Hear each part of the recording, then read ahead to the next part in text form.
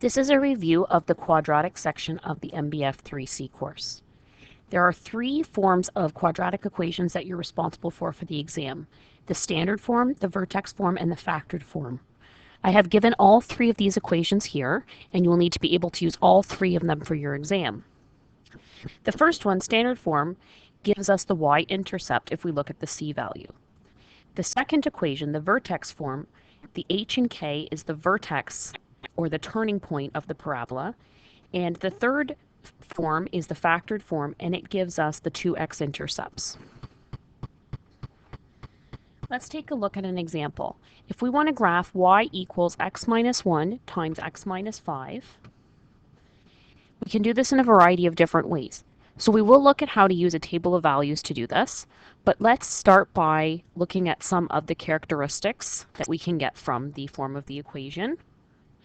First, we identify that y equals x minus 1 times x minus 5 is in the factored form. So that's the third equation that we've given above. And we know that the factored form of the equation gives us the x-intercepts.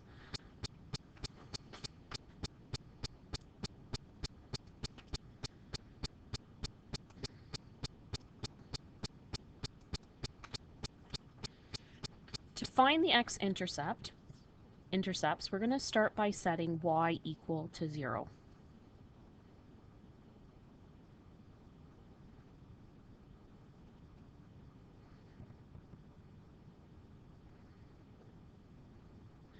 Once we've done this, because it's already factored for us, we have to set each of the brackets equal to 0.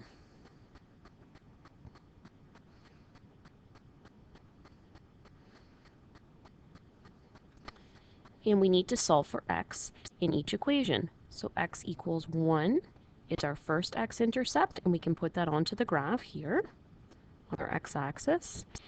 And x equals 5 is our second x-intercept, so we can put that onto the graph. So 1, 2, 3, 4, 5.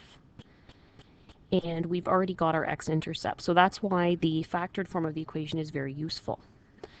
Now to find the vertex, we know that the two x-intercepts are symmetric points. So what we can do is we can add the two x-intercepts together, so 1 plus 5, and divide that by 2.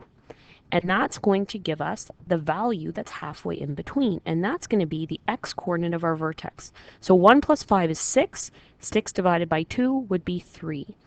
So x equals 3 is going to be the axis of symmetry. So we're going to put that onto the graph next. So we're going to draw a vertical line at x equals 3.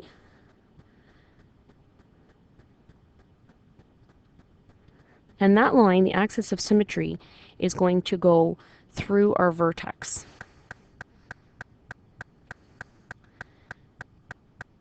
The next thing we need to figure out is the y-coordinate of the vertex. So we're going to take our x-coordinate of 3 and plug it back into our equation. So y equals 3 minus 1 times 3 minus 5.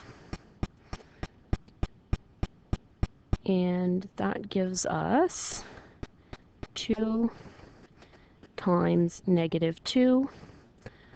And when we multiply 2 times negative 2, we get negative 4.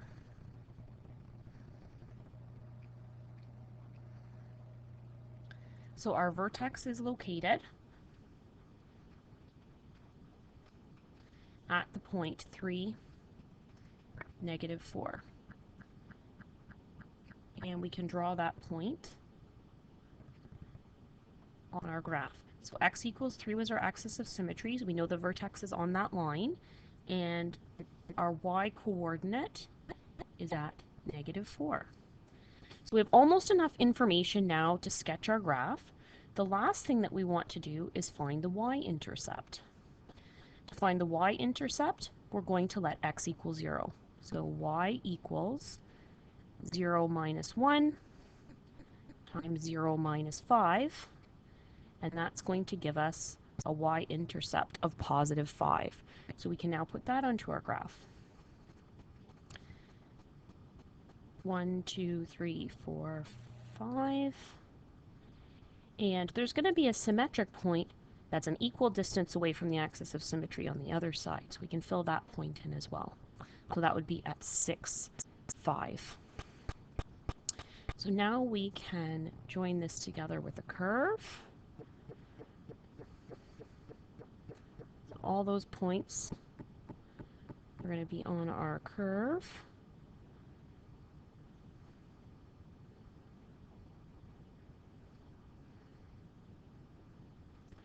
And this is the quadratic, graph of the quadratic y equals x minus 1 times x minus 5.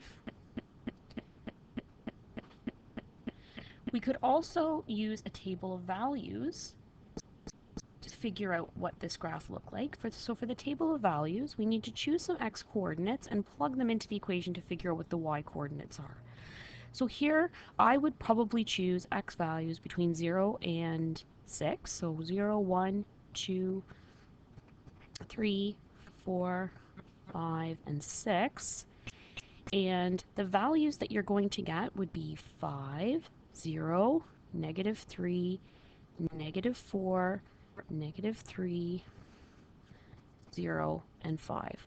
So I'll leave this as an exercise for you guys to try to figure out some of the values. I will show how I got the first value. So when x equals 0,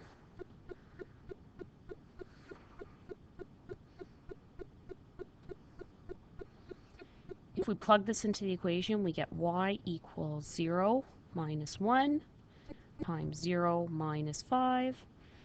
-1 times -5 gave us +5, which was our first y coordinate. And you could do the same for all of the other points on the graph that we got here in the table.